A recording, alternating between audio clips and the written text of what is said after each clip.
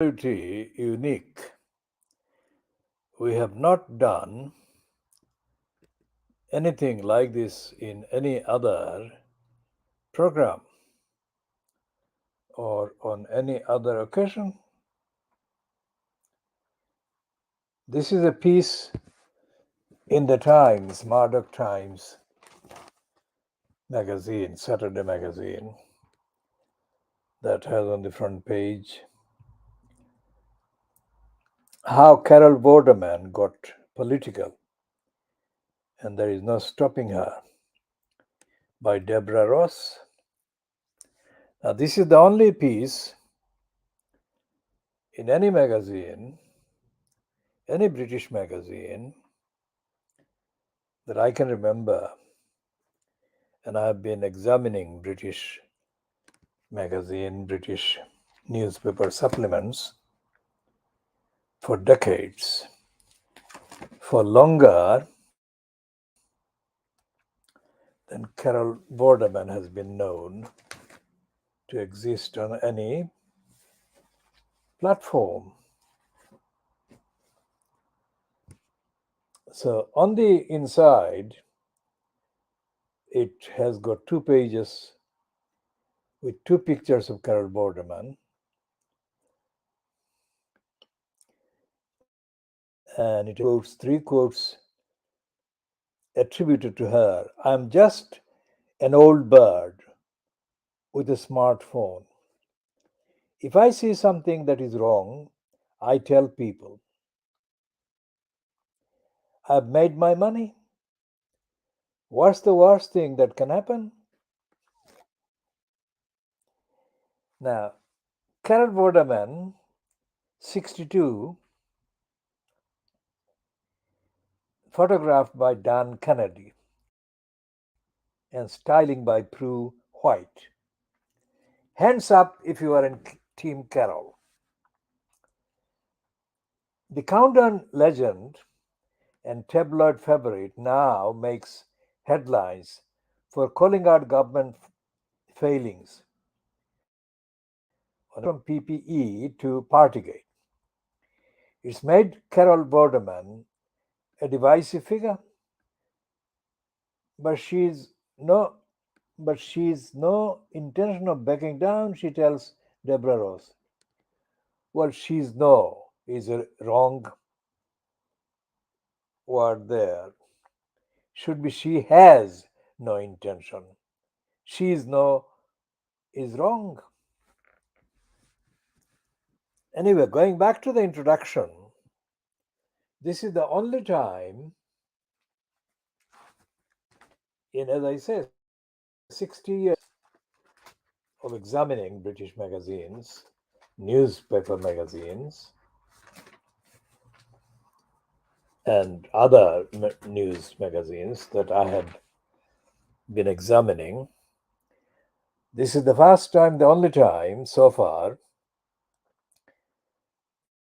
that I can say that I approve of this event, which is to do a favorable, positive piece about Carol Vorderman. I approve.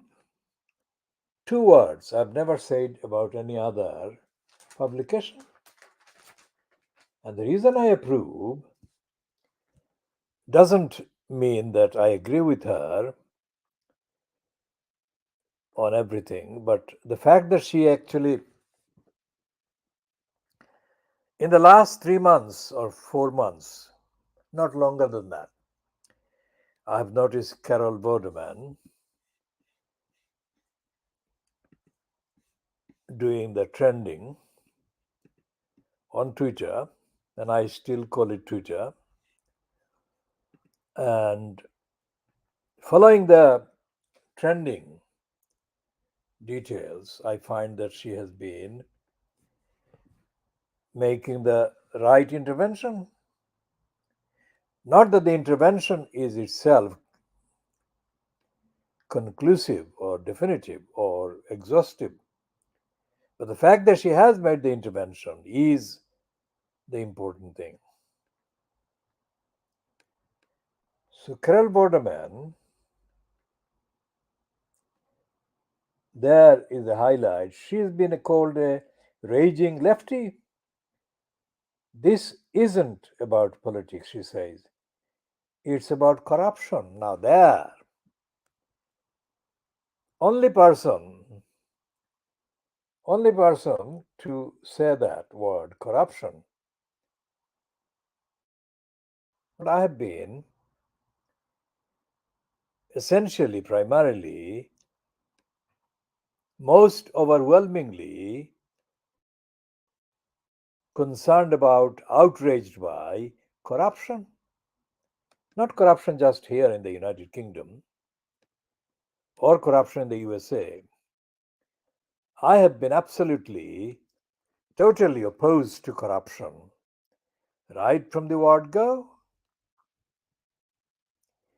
One in our house in the village in Sundarpur to the east, on the east of river Kuiara,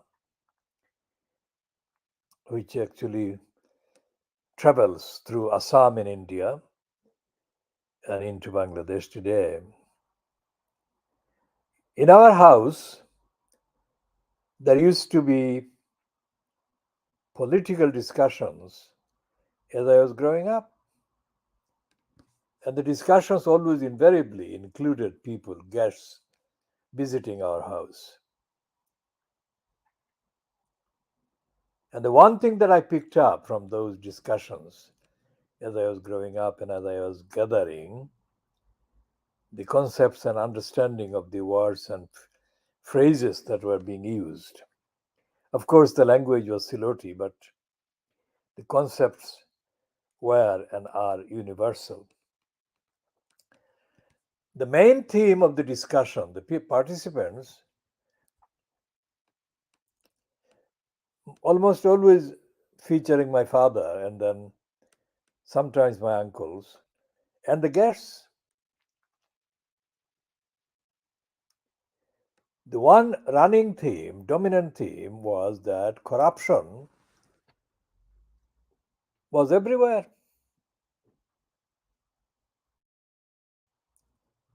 So this began in the late 1940s and went on into the 1950s.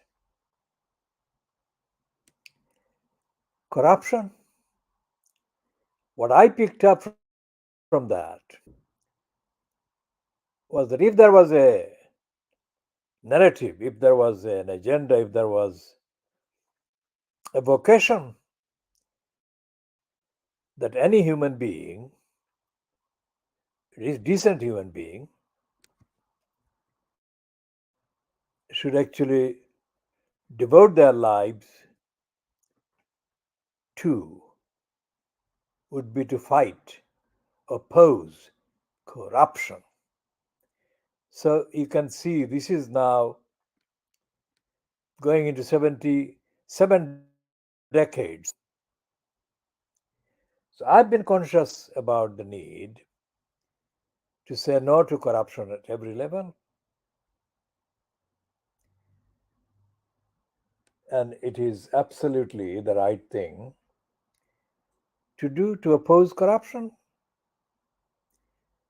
And corruption includes every aspect, every facet of what is called the organs of the state, as well as beyond the media and the independent, so called, the independent in the sense that they are not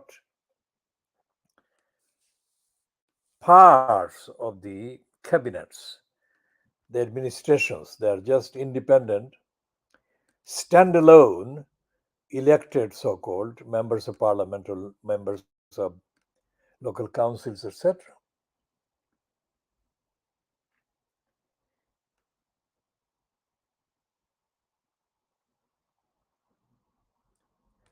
Now, there is a highlight there. She says that she thinks she was the first girl from a Welsh comprehensive ever to be accepted at Cambridge. Well, clearly I disagree with that because that actually elevates Cambridge to a status that it should not be elevated to. And Cambridge should not mean anything. But the fact that she is still talking against corruption is good enough. Carol Vorderman's Perfect 10 quiz book is published next Thursday. Pop Press, £14.99. To order a copy, go to timesbookshop.co.uk. Free UK standard PNP on orders over £25. Special discount for Times members. Well, the last three paragraphs say she says, going to keep at the Tories. She says, going to keep at the Tories until they are gone. If our kids are to have a future, we must kick them out. And if I can make a difference, I'll do everything I can to make that difference. Have you ever bumped into anyone you have taken on? No, she says. But I'd like it. I'm a fighter. Bring it on. Magnificent. And we hope you join us for Carol Vorderman Day. Latex is doable, but remember, the powder or there will be trouble. And other games will include Pin the Toll on the Rail Minster. If it doesn't hide in the ticket office, again, don't set your hopes too high.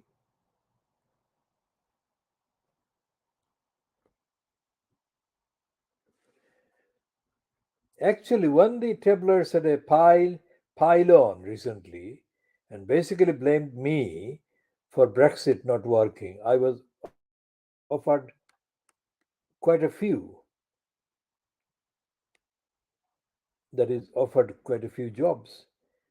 She has a show on BBC Radio Wales, owns and runs a successful online math school, which, if it is of interest, was free during the pandemic.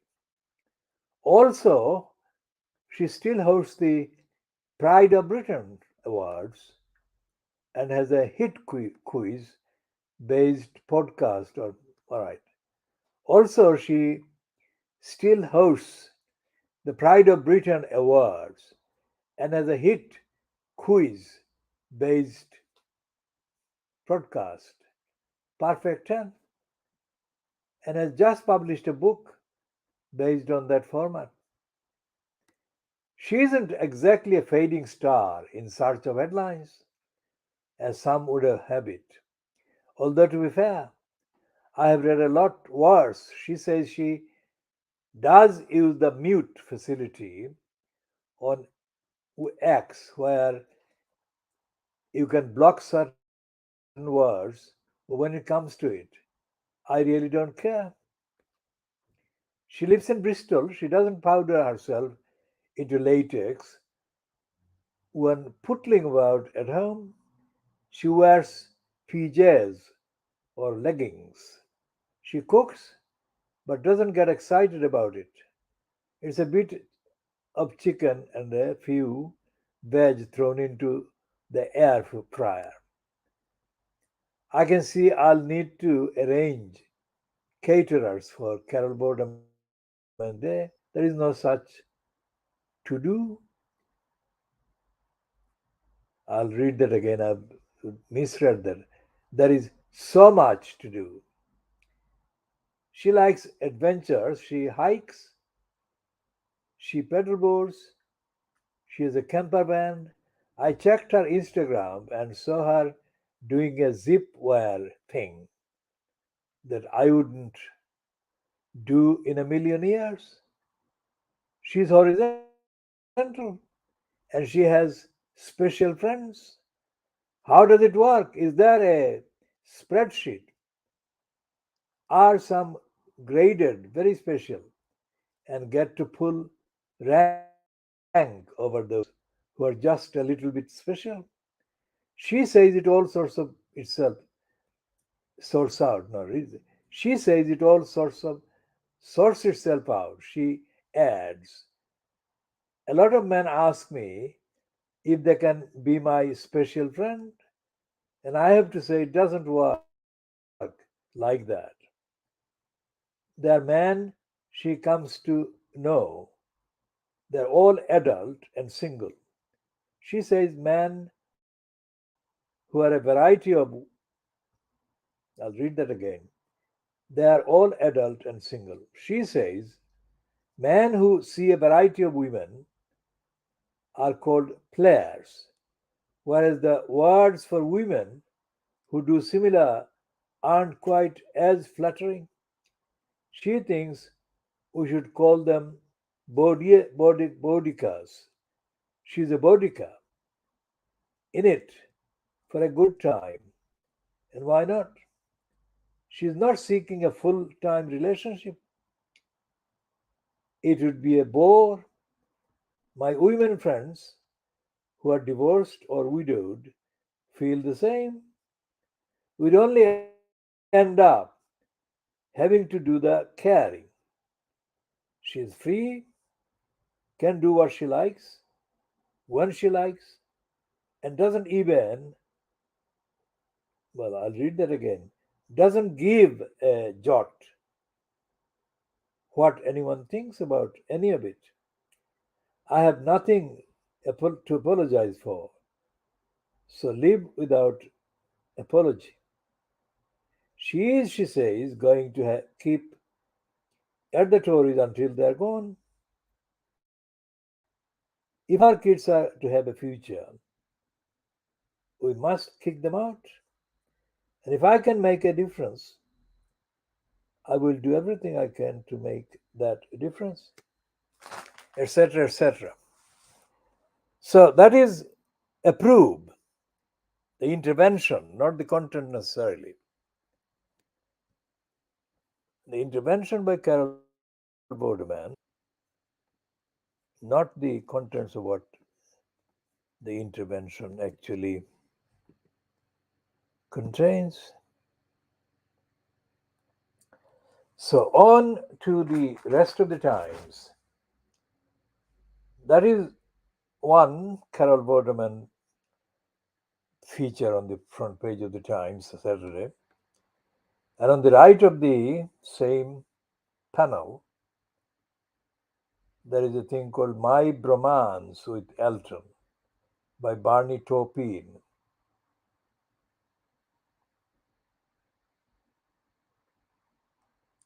Fugitive's family tell him, hand yourself in. Now, that fugitive apparently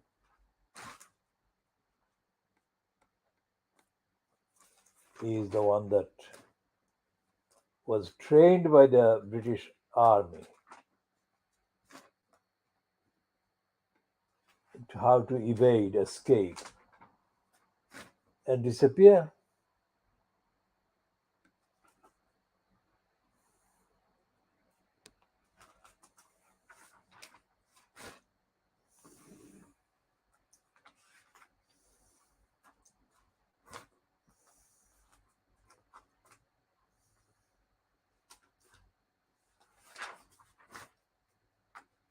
And the crisis in Birmingham, the bankruptcy declared by the Birmingham City Council.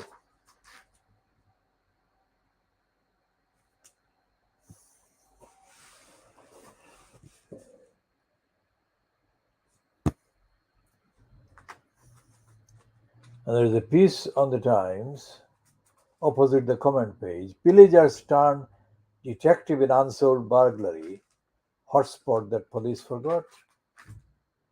Well, that is a fantasy.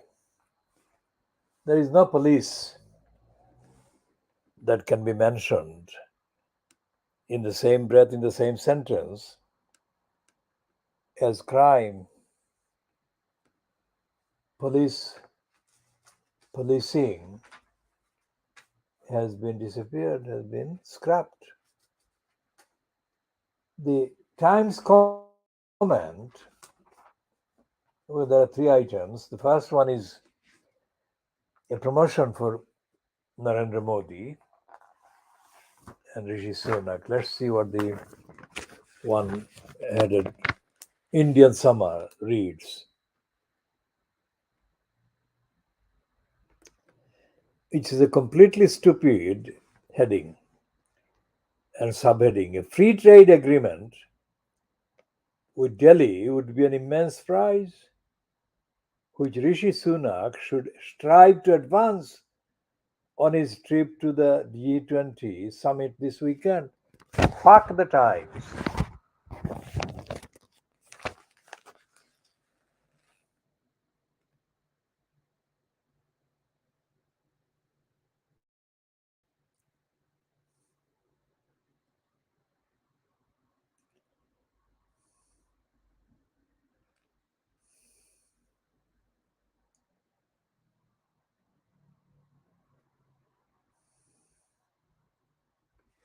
Fuck the stupid fucking Times. Complete lie.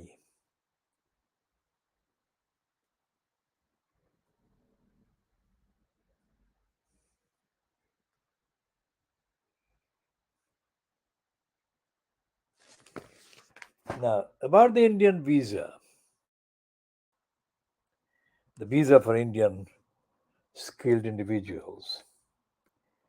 There is nothing about India as an economy, as a society, as a nearly subcontinent. India is not one country or not one economy. And India, there are more people, hungry people, more starving people, I think, than in the rest of the world combined.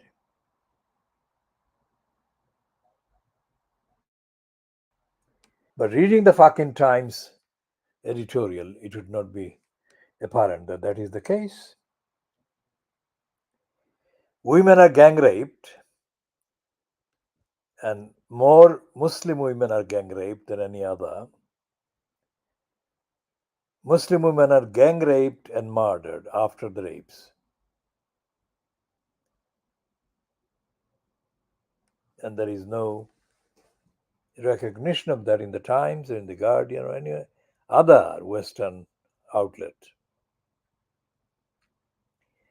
If such an event occurred against one, let's say, Hindu woman, there would be all outrage everywhere. There should be outrage everywhere whenever a woman is violated, attacked, and there would be more than outrage whenever a woman, a girl, is attacked and then murdered. Whoever writes these editorials in the Times is, of course, mentally dead.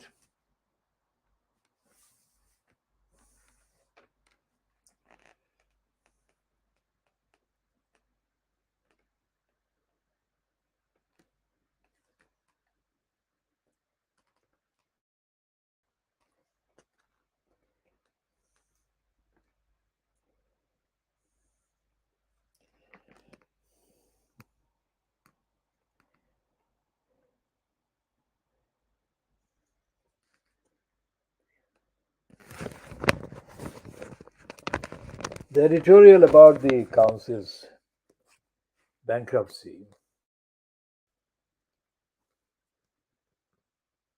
is combined with the editorial about the collapsing concrete buildings, school buildings.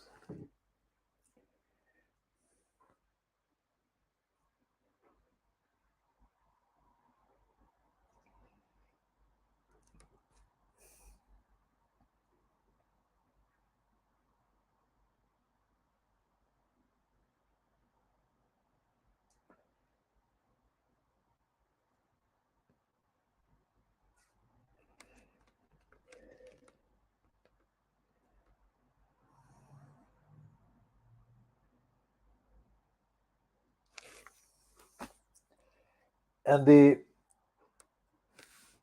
difference between the Times and the Scum, which is of course published by the same owner, the Dirty Digger Murdoch, is only in the language and in displays. The contents remain the same.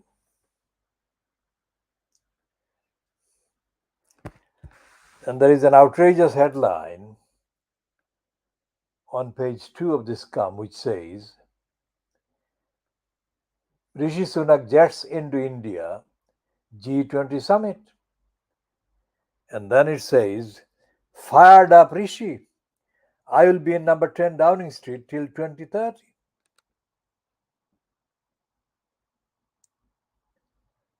And he hails his hungry new team.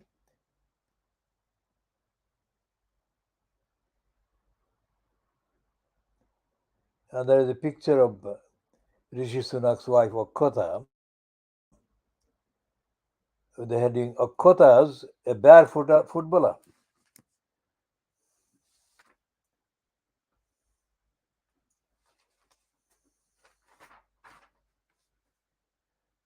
And on pages 4 and 5, the two-page spread about the late Queen Brenda, they say poignant scenes a year after the Queen's death.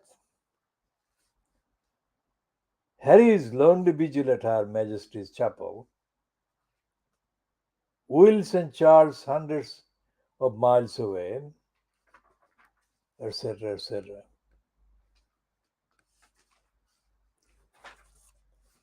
And there is a two-page spread on pages 8 and 9 about the jail fugitive Khalif.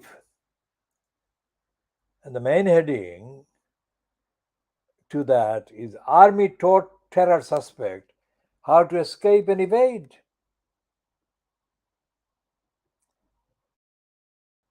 Was trained to stay off grid.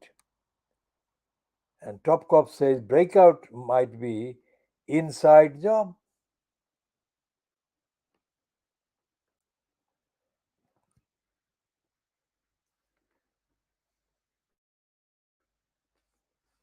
There is a small item about COVID-19 strain on the move as job shifts. The main space is given to this fugitive and the fact that the army taught him how to escape and evade, which gives the game away. Now the scum has sent the fascist Douglas Murray to the USA, and he's doing about the USA politics what he has been doing about the UK politics. And the rest of the scum is, of course, full of the usual stuff: lies, racism, intolerance, and denials.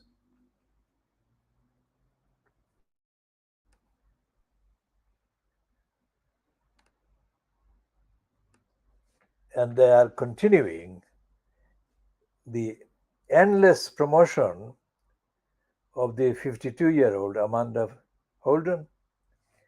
I'm 52, and if people still want to talk about my tits, then bring it on.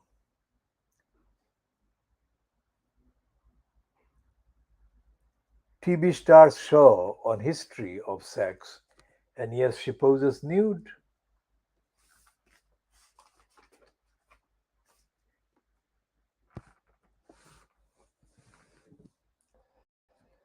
Now, there is a heading, absolutely true, but that's all there is about any truth to be found in Jeremy Clarkson's piece. On page 16, 15 of the scum. Rubbish Britain isn't some clever plot. It's because our leaders are rubbish. But that's the truth, end of the truth. It doesn't say the truth in the rest of the piece. And on page 18, 17 is the Mike Yarwood, who has died aged 82. Although he's called a television comedy hero, he's given page 17 as the spot.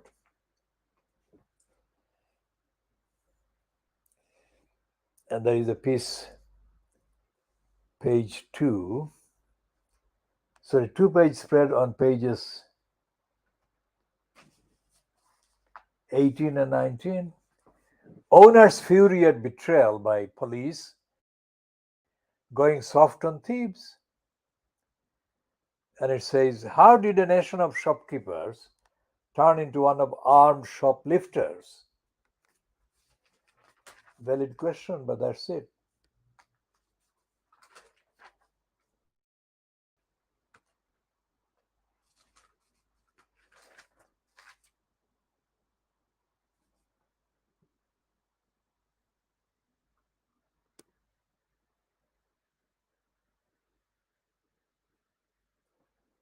So there's a piece by Sajid Javid on page 24, which says, we must do more to stop people like my brother taking their own lives. Now, what on earth does he mean? Because Sajid Javid wasn't saying anything about people taking their own lives, especially when the department, misleadingly called Department for Work and Pensions, which truthfully is deprivation, want, and poverty creation, which was given to Ian Dracula Duncan Smith as the Secretary of State to front it during the sleazy Cameron and the criminal George Osborne years. And what happened was that the DWP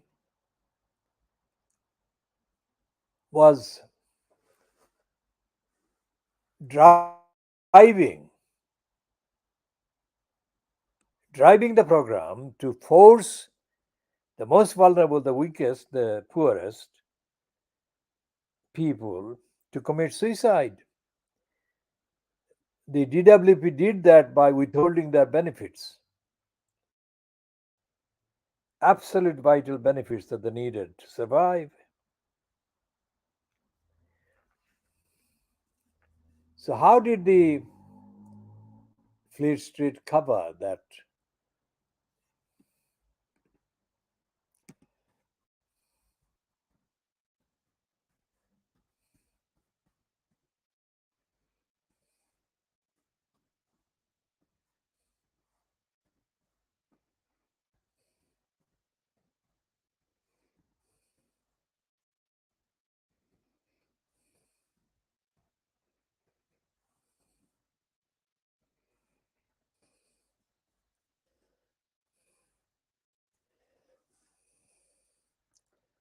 So this is the summary from 27th of March 2022.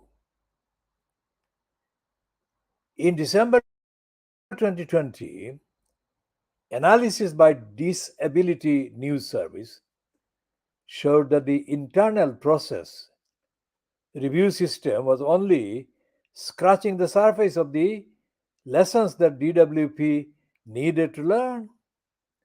The analysis showed that in more than 5 years, DWP had carried out secret reviews into 69 suicides of benefit claimants.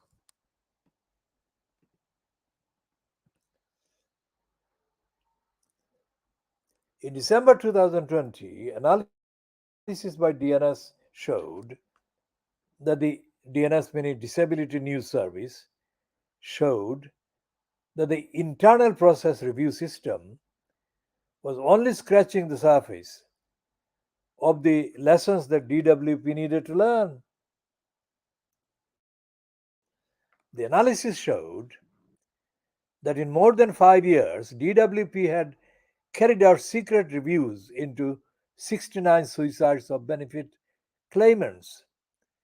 And yet, analysis of Office for National Statistics and DWP figures suggest there could have been as many as 750 suicides of working age benefit claimants in 2018 alone, and possibly even more.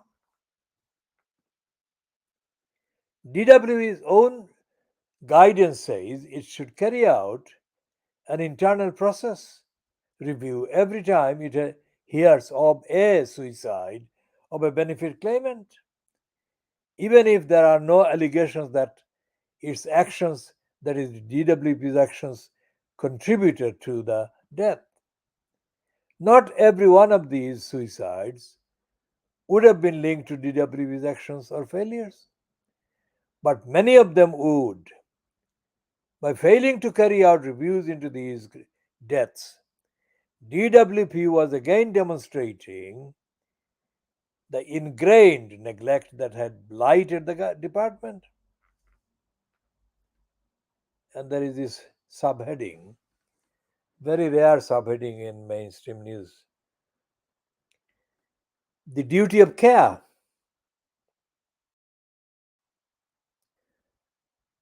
Throughout the years of violence, cover up, and neglect, DWP has continued to insist that it has no duty of care to those claiming benefits. It argues that keeping benefit claimants safe is not its legal responsibility. And this one I'm putting within quotation mark. Work and Pension Secretary Teresa Coffey, in post since September 2019, has repeatedly told MPs that the DWP does not have a legal duty to safeguard the claimants, and that such tasks are instead the responsibility of local agencies such as the social services departments and doctor surgeries.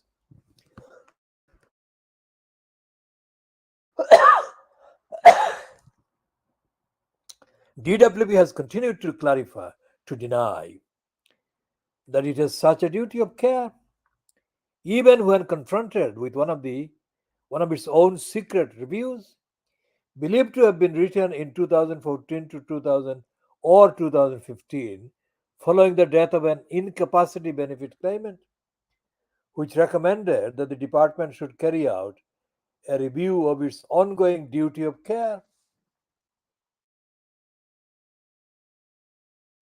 When the Disability News Service asked about this review through a Freedom of Information request, DWP stated that the recommendation was not progressed as the department does not have a legal responsibility.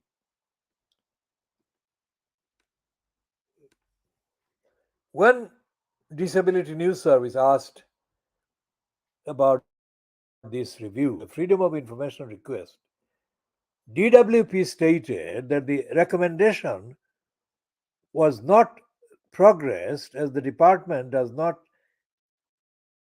have a legal safeguarding duty to review.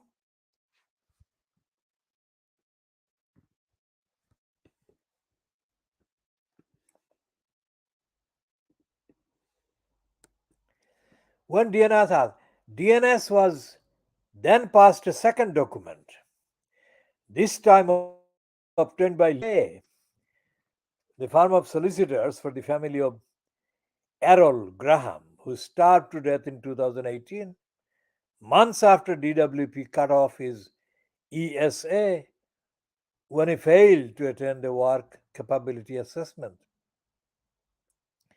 This second document is a copy of pre 2016 internal guidance for DWP staff, written to assist the staff in dealing with claimants who need support in using the DWP's services. The guidance states, quote, where the claimant has a known background of mental illness. There are minimum requirements that Job Center Plus should be adopting to ensure that we are not found to be neglectful in our duty of care towards these claimants. Unquote. In addition to these two DWP internal documents, both dating from before 2016, Paul Litchfield made it clear to members of parliament last December that he believed the DWP had the duty of care to claimants. Paul Litchfield told the Commons Work and Pensions Committee, yes, of course, there is a duty of care in any process of this sort to treat people fairly, appropriately, and empathetically. Coffee and Hart Department continue to insist there is no legal duty of care and that one did not exist at the time of the documents were written. Coffee, that is Theresa Coffee, and Hart Department, that is DWP, continue to insist that there is no legal duty of care and that a duty of care did not exist at the time the document was written. They appear to be replying to the absence of an internal, they appear to be replying on the absence of an explicit reference to DWP having a duty of care in legislation. In February last year, Coffey told the committee, we don't have a statutory duty specifically relating to safeguarding. Our department has also made the same claim in a Freedom of Information request.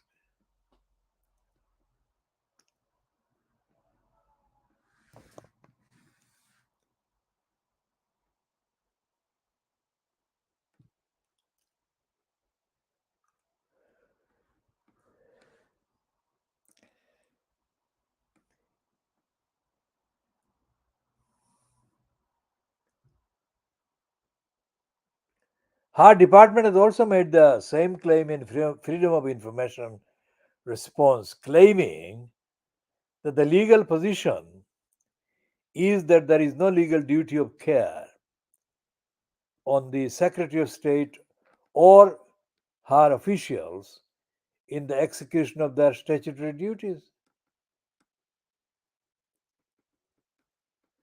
Another is subheading Deaths by Welfare. The Deaths by Welfare timeline details many of the tragic deaths that have led to DWP being repeatedly publicly disgraced over the last decade, including those of Sophie Faizia Ahmed, David Barr, Paul Donashi, Roy Curtis, Mark Wood, Suzanne Roberts, David Clapson, Diane Huller, Philip Packery, Philip Packery, Care Featherstone, and James Oliver, to name just a few.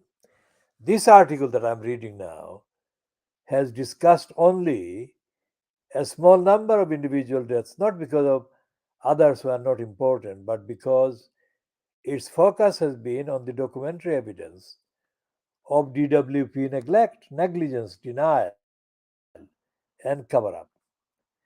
But it is crucial to note the human impact. We shall not complete reading the whole piece because the essential essence has already been summed up. Now, going back to the piece that this scum has published about Sajid Javid, talking about committing suicide.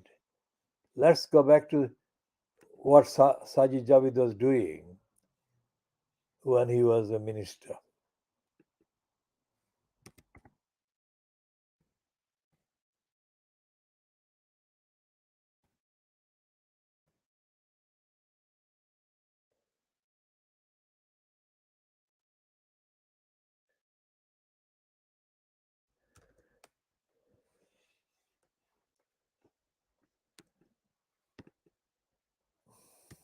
How does the creep manage to put on this grin?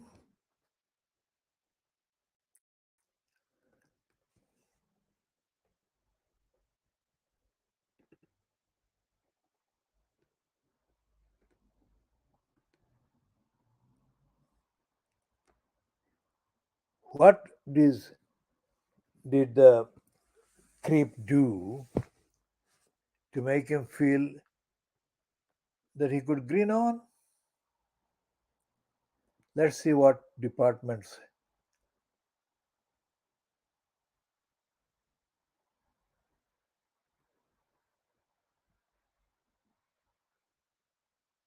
So the creep wasn't a secretary at the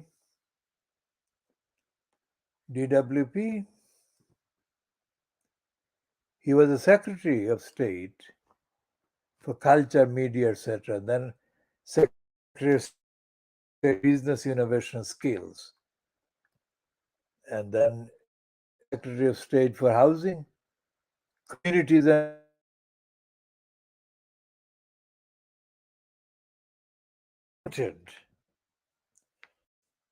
as the,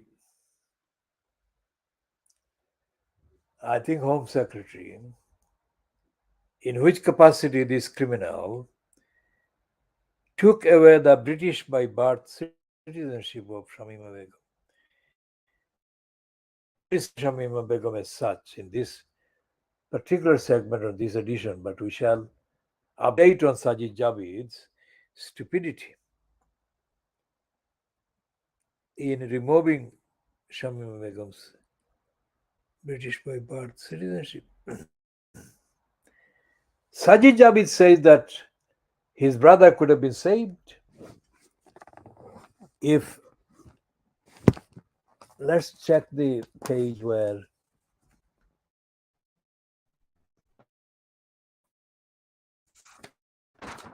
this scum. Ahead of World Suicide Prevention Day, Sajid Javid MP says we must do more to stop people like my brother taking their own lives. Now, clearly, that is the scum. Dirty Digger owns it. Dirty Digger has the agenda, and the scum that produce the paper are as cruel and corrupt. So he's saying that in July 2018, he received the news that his brother, his older brother, Tariq, had taken his own life.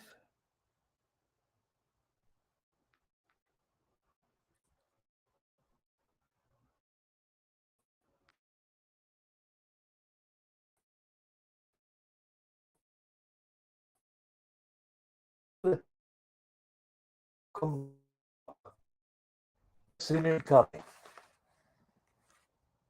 Even more so because at a family wedding just a few weeks before, everything had seemed normal. And this is Jabid saying, I often wonder if I could have done more to help. It's a question I'll never know the answer to, and one that always brings feelings of guilt. Sadly, our experience as a family is not unique, etc., etc.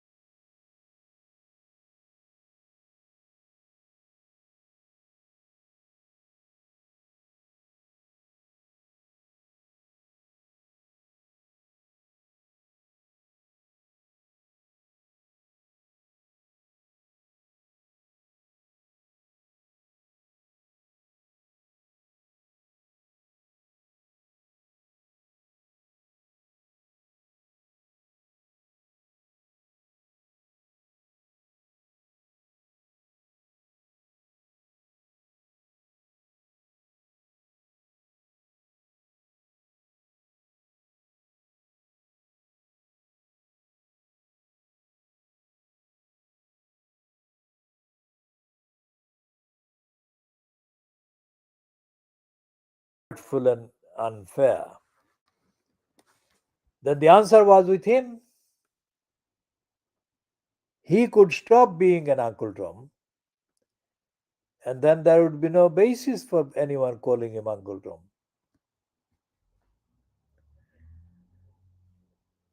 So that was 2018.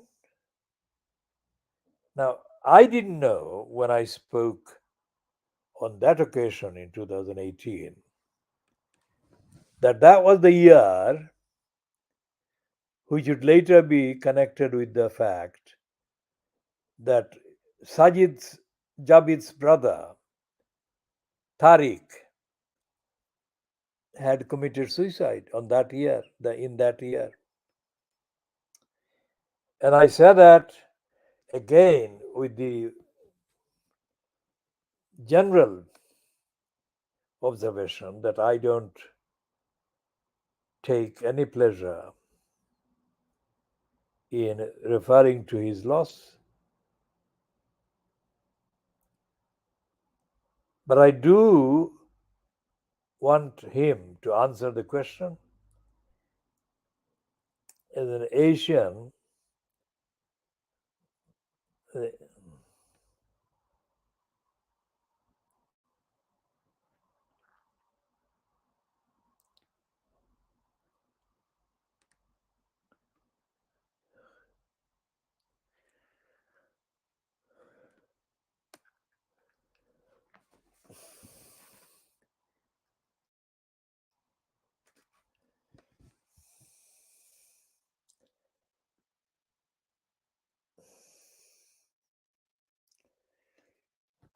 I don't take any pleasure in referring to Sajid Javid's brothers taking his own life.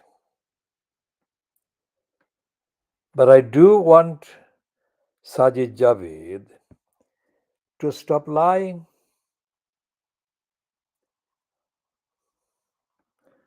The scum, of course, has given this propaganda slot for him to come across as being a human and humanely kind of sad at the fact that his own brother committed suicide. How many people that were forced to commit suicide by their benefits being withheld has Sajid Javid thought about? How many people at this date today, 9th of September 2023, does Sajid Javid or the Dirty Digger Murdoch scum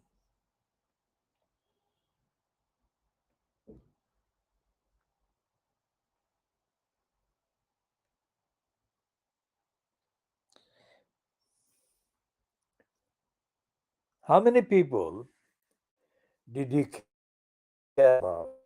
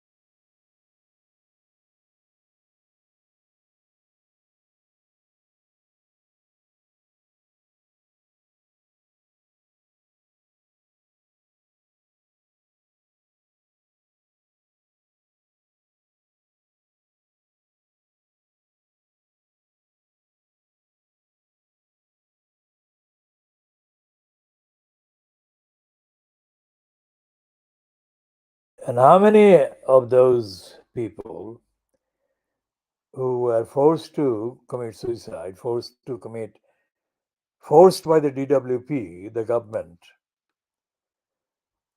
of which Sajid Jain has been a member, in various cabinet positions he has held, do they recognize any responsibility? And the other thing that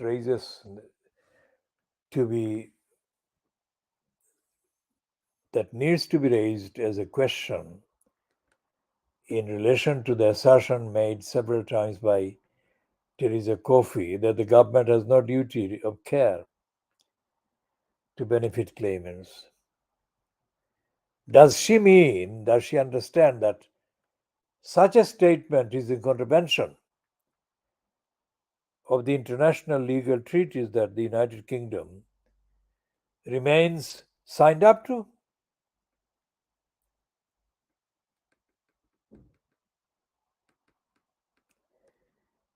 And so, therefore, these questions will be continued and updated on.